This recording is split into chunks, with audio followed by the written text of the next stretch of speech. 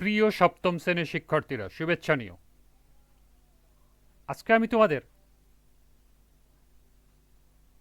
2025 সালের বাংলাদেশ ও বিশ্ব পরিচয় বিষয়ের নতুন বই থেকে প্রথম অধ্যায় বাংলাদেশের মুক্তি সংগ্রাম এর পাঠ 7 ও 8 থেকে বিভিন্ন কাজের সমাধান করে দেব। প্রথমে তোমাদের বলবো, যারা আমার চ্যানেলটি সাবস্ক্রাইব করো নাই তারা আমার চ্যানেলটি সাবস্ক্রাইব করবে এবং আমার সাথে থাকবে।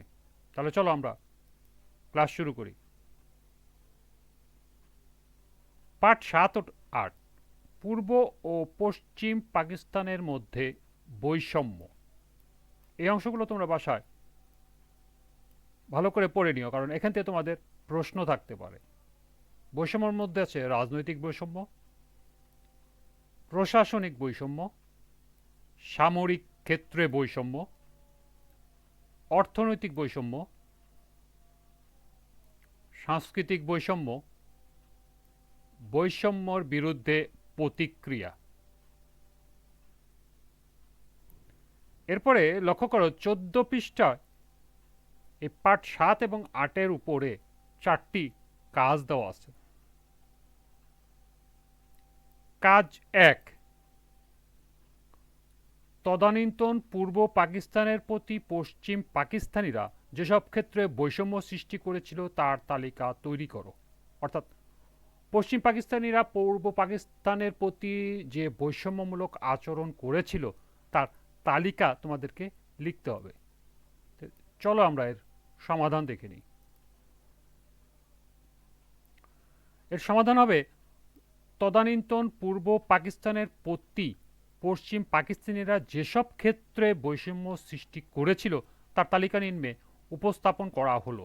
1, রাজনৈতিক বৈষম্য, প্রশাসনিক বৈষম্য, সামরিক বৈষম্য, অর্থনৈতিক বৈষম্য, সামাজিক বৈষম্য, কৃষি ক্ষেত্রে বৈষম্য, কৃষি উন্নয়নে বৈষম্য, শিক্ষাক্ষেত্রে বৈষম্য এবং সাংস্কৃতিক বৈষম্য। অর্থাৎ এই সকল ক্ষেত্রে পশ্চিম পাকিস্তানিরা পূর্ব পাকিস্তানের প্রতি বৈষম্যমূলক আচরণ করেছিল। তোমাদেরকে খালি নামগুলো লিখতে হবে, এটার কোনো বর্ণনা দেওয়া লাগবে না, কারণ তোমাদেরকে প্রশ্নে বলেছে খালি তালিকা তৈরি করার জন্য। তবে তোমাদের বর্ণনা পড়ে রাখতে হবে অন্যান্য প্রশ্নের জন্য।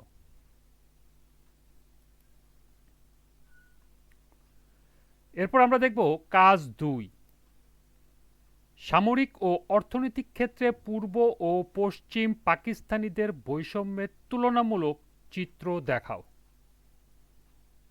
অর্থাৎ পশ্চিম পাকিস্তানিরা পূর্ব পাকিস্তানের প্রতি সামরিক ক্ষেত্রে এবং অর্থনৈতিক ক্ষেত্রে কী ধরনের বৈষম্য সৃষ্টি করেছিল তার একটি তুলনামূলক চিত্র উপস্থাপন করতে হবে। তো চলো এখন আমরা এর সমাধান দেখে নিই।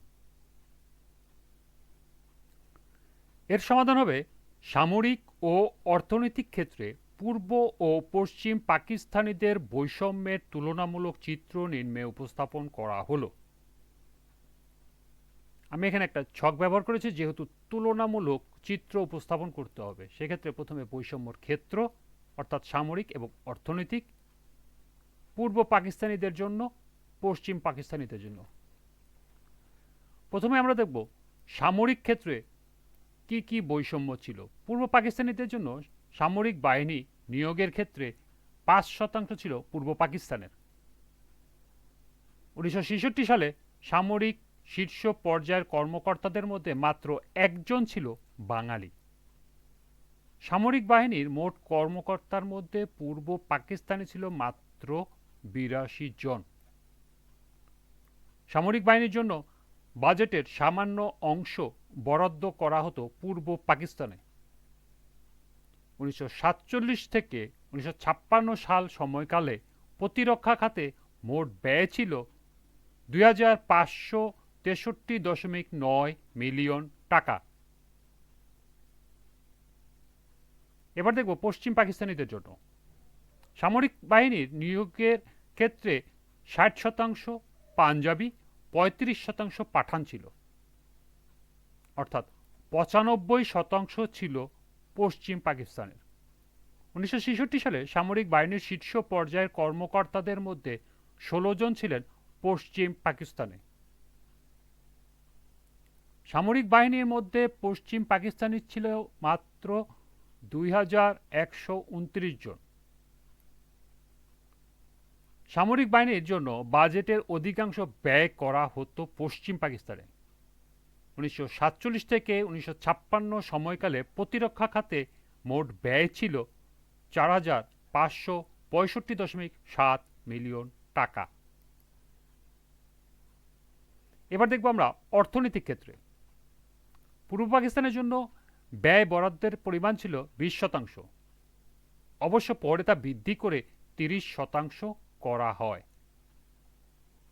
পূর্ব পাকিস্তান বৈদেশিক মুদ্রা আয় করলেও শতকরা 21 ভাগের বেশি অর্থ পূর্ব পাকিস্তানে বরাদ্দ দেওয়া হয়নি। বৈদেশিক সাহায্যে শতকরা 34 ভাগ পূর্ব পাকিস্তান পেত। বিদেশ থেকে যা আমদানি করা হতো তার 31% পূর্ব পাকিস্তানের উন্নয়নের জন্য বরাদ্দ ছিল। পূর্ব পাকিস্তানে চাল ও গমের দর যথাক্রমে 50 ও 35 টাকা প্রতি মণ। পক্ষান্তরে পশ্চিম পাকিস্তানের অবস্থান হলো, পশ্চিম পাকিস্তানের জন্য ব্যয় বরাদ্দের পরিমাণ ছিল 80%। অবশ্য তারপরে হ্রাস করে 70% করা হয়। যখন পূর্ব পাকিস্তানে 30% করা হয় তখন তা 10% কমে 70% করা হয়। বৈদেশিক সাহায্যের শতকরা 66 ভাগ পশ্চিম পাকিস্তান পেত। বিদেশ থেকে যা আমদানি করা হতো তার 69% পশ্চিম পাকিস্তানের উন্নয়নের জন্য বরাদ্দ ছিল। পশ্চিম পাকিস্তানে চালের দাম ছিল 18 টাকা এবং গমের দাম ছিল মাত্র 10 টাকা। এই ছিল দ্বিতীয় কাজের সমাধান।